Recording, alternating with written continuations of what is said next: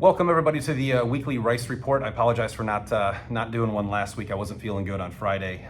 These things began as just a market update for investors for the company I work for, and a lot of people have requested it. So I've been putting together these videos and putting them on YouTube for the time being because I'd like them to reach a larger market with the information we're sharing here. But eventually we'll have to move to Rumble because YouTube doesn't really like people putting out information that's contrary to the mainstream media narrative. But welcome back. This is Rice Report. I am Eric Rice, your host, I guess, here. I want to celebrate something today. Today is November 10th, 2023. It is the 248th birthday of the Marine Corps here in the United States. Hoorah! Many different friends that are currently or used to be in the Marine Corps, but you're always a Marine. You're always in our heart. We love you with all of our patriotic hearts around this country. Thank you for your service. Thank you for your time. Tomorrow is Veterans Day. All members of our armed forces get our deepest gratitude for putting your life on the line for people like us to be able to live comfortable lives. So thank you very much to all of our veterans out there. We love you and God bless you. Now, today, getting into the financial situation that we find ourselves in here domestically and globally, it is a very challenging time to understand what is happening. So I try to do these things to get information out there that you're probably not going to hear on CBS or MSNBC or any of these other propaganda networks. I'm going to start with government spending. I'm going to go into the banking system. There's definitely things to watch there. If you haven't paid attention to the banking system in this country, please watch any of the old episodes. You'll find a lot of information over the past year that has been pretty accurately predicted. Then I'm going to go into the border crisis. I think it's important to know from an economic standpoint, also from a security standpoint. Real estate, war, and then some actionable information to spark ideas for you as an investor on where you can put your money to help it grow during what appears to be a very futile time for investors in maybe 2024. But I think there's tremendous opportunities when everything that's normal, when the conventional assets collapse, alternative assets generally do very well. But let's get into government spending. In the last 4 months, we have spent $1.5 trillion on various things from foreign wars to gender studies to all kinds of crazy things. We now have a plan in place to spend another $1.5 trillion over the next 6 months. $1 trillion is not just a word. I want you to think mathematically. When I was a kid, $1 million was like all the money in the world. $1 billion is 1,000 million. $1 trillion is 1,000 billion. So if you actually looked at it in stacks of $100 bills, $1 million you could put in a suitcase. $1 billion is a few big forklift pallets of cash, of $100 bills, a few. $1 trillion is a football field of pallets. That's how much money $1 trillion is, and we are spending it like drunken sailors. Although drunken sailors do it because they're drunk. Our government is theoretically sober. Although their decision-making has a lot to be desired for. Matter of fact, our government spending is so bad right now that Warhawk, Rhino, whatever you want to call him, Lindsey Graham, not a fan. Lindsey Graham is now calling for stopping spending on war. You know, Mr. Bomb the oil tankers in Iran immediately. He is now at a point where he is saying no more foreign aid until we fix the border. So the border is absolutely a huge issue that I'll get into in just a moment. But we are now over $1 trillion in debt servicing. So $1 trillion in debt servicing means that we have $1 trillion annual payment to our central bank. A central bank's only job is to manage the monetary policy of a nation and print money. They are not part of this country. If you support anything having to do with central banks, you are literally supporting your own servitude. But we are now $1 trillion in debt servicing, interest-only payments. That just covers interest. It doesn't buy down our principal. So at almost $34 trillion, we can spend $1 trillion a year and never pay down our debt. We're not the only ones in that situation as a nation. We are in that situation as a populace. Our nation right now just passed $1.08 trillion in credit card debt. Credit card debt. The average credit card interest rate right now is 25%. That's the average. That's if you have good credit, you're paying 25%. So let's assume everyone has a good credit card and it's low, it's 25%. The American people, on top of having to pay more taxes to cover our debt, we're also now paying as a nation a minimum $250 million a year on interest-only payments on our credit card. What does that tell us? That tells us, number one, that the $2 trillion of savings from COVID are gone. It also tells us right now that the environment we find ourselves in, people have a very difficult time fending off inflation with their earnings, so they're turning to debt to fend off inflation. This is absolutely playing with fire where eventually you'll burn the house down. This is what's happening. Now, this overall debt that we're seeing here, these are minuscule amounts compared to global debt and compared to the derivatives market, which is somewhere in the quadrillions. These are really the big risks because they trickle down to all of us. But it's important to note that during this time, the government just released a report stating that they are now $31 trillion in revenue deficient from taxation. I always look at words and meanings and try to assess what they mean and how important they are. Words matter. When the government starts calling your taxes or stealing 40% of your income for foreign aid and for interest-only payments on debt that they've accumulated, then when they call it revenue, you have to reassess whether you're a free person or not. That's just the reality. We are not. We are under the slavery of a central bank. Whether you want to believe that or not is completely up to you, but it's the actual truth. So $31 trillion deficit. They are planning on recouping this $31 trillion from us over the next 6 years in January, by 2030. If you haven't researched Agenda 2030, you probably should. It's coming to life as we speak. Now, the interesting part along this is that the Bretton Woods just had another meeting. These are a monetary policy group, not to be trusted also. But the Bretton Woods group just came out with a leaked video where they were talking about creating sound money. Now, sound money is absolutely the solution to all economic problems and maybe a lot of societal problems as well, because they stem from what the Bible calls the love of money is the root of all evil. It's not money, it's the love of money. And we're seeing a lot of love and money in all societies around the world. No more prevalent than in our own government, who is now massively in debt with huge interest rates, who are trying to raise more money by selling more debt, by selling more of our country to the world. A couple days ago, they tried to issue $24 billion in US treasuries and no one was buying them. The interest rates were not high enough for them. And if you understand how bonds work, the higher the interest rate, the lower the price. Works like a triple beam. So in that environment, no one was buying them. No one was looking to do that because they're looking to sell. Nations like China, Japan, Saudi Arabia, and Russia are all currently actively selling US treasuries in the open market. The ironic thing is, while this was happening, there was a cyber attack in China on the ICBC, I think it's the third largest bank in China, who happens to be a massive intermediary in the treasury market. This hack disrupted primarily the ability for them to create liquidations as an intermediary in the treasury market. If you haven't realized yet that you are under societal war, a tyrannical takeover of all free nations in the world, you should realize that we have been in an economic war for a better part of 5 years, maybe even longer. But we are also now in a cyber war. Cyber attacks are starting to hit these institutions, including major banks in China and the United States. So I want to point out one thing. While we were having trouble selling treasury debt for $24 billion in the market, at the same time a cyber attack hit ICBC in China and eliminated their capabilities to liquidate our treasuries in their system. We are in a cyber war. Now, the cyber war doesn't just extend to international groups and international banks. It also extends right into our own economy. Last week, for the better part of 4 days, and some banks are still having problems. People were not getting their direct deposits at major banks. These are not just the little tiny credit unions you find around the corner. These are the major institutions in this country. They tell us it's a glitch in the system, but every time I've heard glitch in the system from an American company, when you read foreign publications, they all call it a cyber attack. So clearly something happened there. Bank of America, thought of as the pinnacle of institutions in this country, is in real bad shape. If you're a big Bank of America client, I would be very, very concerned about the way they manage the bank and the institution that carries your money. Because if you remember, probably for the last year and a half on these videos, I have been talking about the Dodd-Frank Act, which was the bailout program from 2008, the crisis in 2008. That piece of legislation banned bailouts, which they've done for Silicon Valley Bank and all these First Republic, all these other banks. But it closed the door on bank bailouts and opened the door on bank bail-ins. Most people don't know what that is. If you've been watching my videos, you do. A bank bail-in is the exact opposite. So instead of the government covering the debt of the bank covers their own. They have the ability to convert their debt to equity. Their debt is your money. They have the ability to have you wake up in the morning with no money in your account and then receive in the mail a certificate of a failed bank of ownership. That is what a bank bail-in is. Could this happen in America? Absolutely it could. I mean, anything's possible right now, right? We live in the craziest society imaginable, so anything's possible.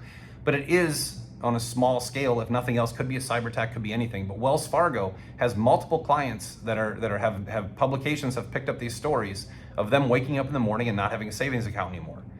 So these things are not just theoretical anymore. I don't know the reason behind the Wells Fargo debacle. No one does, because they won't tell us.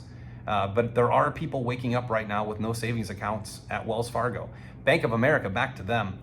They just had to, probably because of the Basel IV regulations coming into the banking, but they had to disclose that they now have $131.6 billion in unrealized losses. Those are losses that they've just basically pushed off on the side so that their numbers look better for Wall Street. They had to claim them. Immediately, the bank lost 1.29% in trading volume. These are very stable stocks, primarily through the history of our country. But I don't think that we're living in, I think history repeats itself in 80-year cycles. And if you haven't read The Fourth Turning, you certainly need to get that book, download it, listen to it. We're living in year 79, per the calculations of the authors. However, we are also looking at downgrades everywhere. Downgrades just happened to M&T Bank. It's the 19th largest bank in the country, and Moody just downgraded them. If you remember, I think Silicon Valley Bank was the 17th largest bank in the country. They were downgraded and quickly fell. So they just downgraded them and 16 other banks. This is not an anomaly in the system. I believe that in 2024, this will be the norm. You'll see banks being downgraded, shut down, closed out. And there's many different theories. Number one, poor monetary policy. Number two, they leverage your money to the T. Basically, every $1,000 you give a bank, they lend $9,000 out. And that is a very, very bad predicament. Our banking systems, and especially our central bank, are nothing more than legitimate Ponzi schemes. And eventually, Ponzi schemes collapse. So if we look at the M&T Bank and where we're at, I believe that 2024, this will be a kind of a norm in the news, if the news talks about these things instead of just letting you wake up with no money. So how do I know this stuff is happening? How can I quantify that this crazy theory of banking systems is collapsing? Well, in foreign nations like Sweden, they're right now talking about, in meetings, how to eliminate bank runs. Nation states all around the world, primarily in Europe and here, are devising plans and creating technology called friction technology that will make it very difficult for bank runs to occur. If you don't know what a bank run is, it's essentially everyone pulling out their money at the same time. If this country did, if 5% of this country did a bank run, our banking system would collapse. It is that fragile. So bank runs are a very big threat that people are having meetings about in banks, and places in Sweden are already banning the amount of money you can take out of banks. In Australia, this is happening. In England, this is happening. And generally what happens there ends up here eventually. So I would keep my eyes on your banking institution. I want to create a lot of actionable advice for you. So here's some actionable advice. If you're concerned about your cash in banks, the world will tell you to get your money in the largest institutions because they're the safest institutions, because they're the ones that will be bailed out. But the FDIC can only cover about 1.8% of all deposits around the nation. It's not me saying this, they've stated this in meetings. So there isn't enough money to cover them. What I've done, what I've had a lot of my friends and a lot of people that I know do, is go to small community banks, credit unions. Credit unions primarily are nonprofit. Not that they're void of risk. Many of them are vulnerable for attack and vulnerable for all the other things. But in general, credit unions don't reinvest your money and lend out to businesses and all kinds of crazy stuff. You're generally safe there. So look for a local credit union with an established track record, move your money there, and you can sleep a little better at night. But that's neither here nor there. That advice is up to you. Now, let's talk about the border before we get into real estate. So it's important to understand because these two work together. Now, the news will tell you that 5 million people have come into this country since Biden took office. That number, like every other number that should be more transparent, is wrong. I have friends at the border that are working the border. I know a lot of people, and the safest estimate I've gotten is 10 million. President Trump, when he's out at rallies around the country, he's saying 12.5 million. But the mere fact, because I have friends who work the border, is that 65 to 70% of the people coming into this country are not women and children. They're single military-aged men, able-bodied men. There's a whole different podcast that I'll do on the dangers of that, because we are living in a very dangerous world right now with Palestinian protests for the genocide of Jews around the world. I mean, this is a really crazy time we find ourselves in. The moral decay of this country. There's a whole other podcast I do. I just keep this at financial. So financially, the border crisis that we have right now, let's just do some math. So if we have, call it 10 million people coming into this country with the average American needs about $3,000 a month just to live. And that number is going up every single month because not only is our currency losing 1% to 2% in its buying power and value every month, we also have massive problems with employment, which are gonna, in 2024, you will see mass unemployment. When we have institutions and normal people in a government using debt to fend off their financial problems, the end result is always massive layoffs, massive bankruptcies, and massive hardship. It's always been that way. It won't be any different. But as we see these layoffs, could these people be in here to replace those jobs? Maybe. Could these people be in here as an infiltrated army? Maybe. Could these people be in here to replace voters? Definitely, but maybe. The real impact that this will have, that everyone will feel, is the mere fact that 10 million new people are here and they need $3,000 a month just to live in this country. Right now, that's coming out of our pocket. One of our biggest expenditures in Washington, D.C., and through NGOs, which, by the way, are not good for anything, they are supporting these people. So if we have to spend $3,000 a month to keep these people alive and keep them moving in our country, that is anywhere between a $30 and $300 trillion debt over the coming years. Another area that will bankrupt the nation and keep us completely in harm's way. Now let's get into real estate. So real estate's pretty simple. I've been going through real estate for a very long time. We have many of our multifamily properties, commercial properties. They are all in a position right now that they're facing higher interest rates and lower profits. So we're seeing a lot of commercial real estate deals out there that are stopping paying investors monthly income because of the adjustable rate. That's an obvious thing. Housing affordability is now at an all-time low. As I talked about in the last episode, 51% of the country cannot afford a home. The average income for a home needed is about $114,000, while the average household income in this country is around $78,000. It's a big discrepancy between the two. But we are now, it was just put out that housing affordability, if you buy a new house today, it will take you 13.5 years just to break even on your investment. These are very challenging times. But probably the two most important points to look at in real estate, I'll give it a third. Number one, the National Association of Realtors just lost a lawsuit for $1.8 billion to be paid back. That's a whole other topic I'll go through later. But WeWork, the world's largest co-working business or real estate business in the country, just went bankrupt. At one point, WeWork was worth $47 billion. It's now worth nothing. That is what's called an indicator. In my world, I look for alternative indicators. When you start seeing big co-working spaces go out of business who are worth $47 billion on the cover of every magazine known to man, when they go bankrupt, that's a bad sign. It leads into telling me that one of the largest investments in this country for the last 5 to 6 years has been Airbnb second, third, fourth home investments. The Airbnb market right now has very difficult loans because they're not primary residents. You are going to see in 2024 a flood of foreclosures in Airbnb investment properties. And that's a very good indicator from WeWork that will happen, although mathematically it was already on track.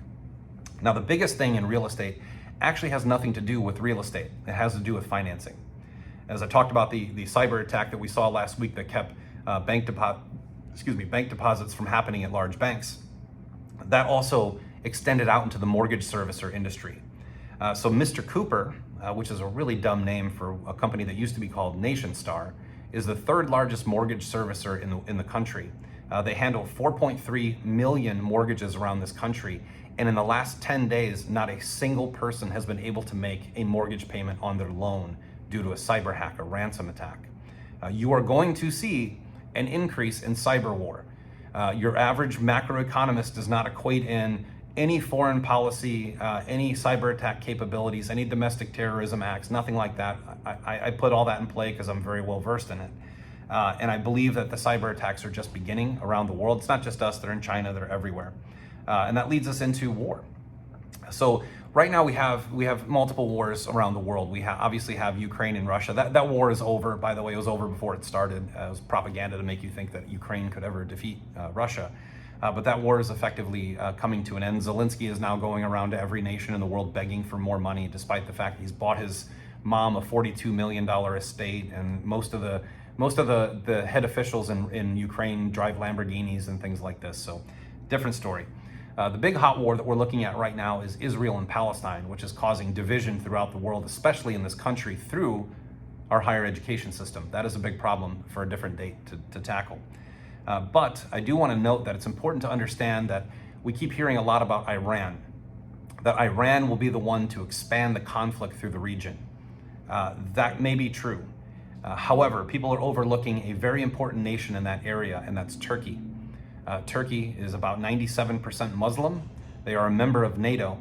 And if you can see what's happening between Jews and Muslims, which, by the way, the Muslims don't like anyone but Muslims, but we're seeing the Jew and Muslim division around the world. We're also seeing it in NATO. Turkey is a member of NATO. They are very well and very capable of nuclear disaster in that nation. They can also call to arms an army of about 1 million to 1.2 million soldiers within a day. Very large military in the area. And most importantly, their number one export from that nation from technology is military-grade drones.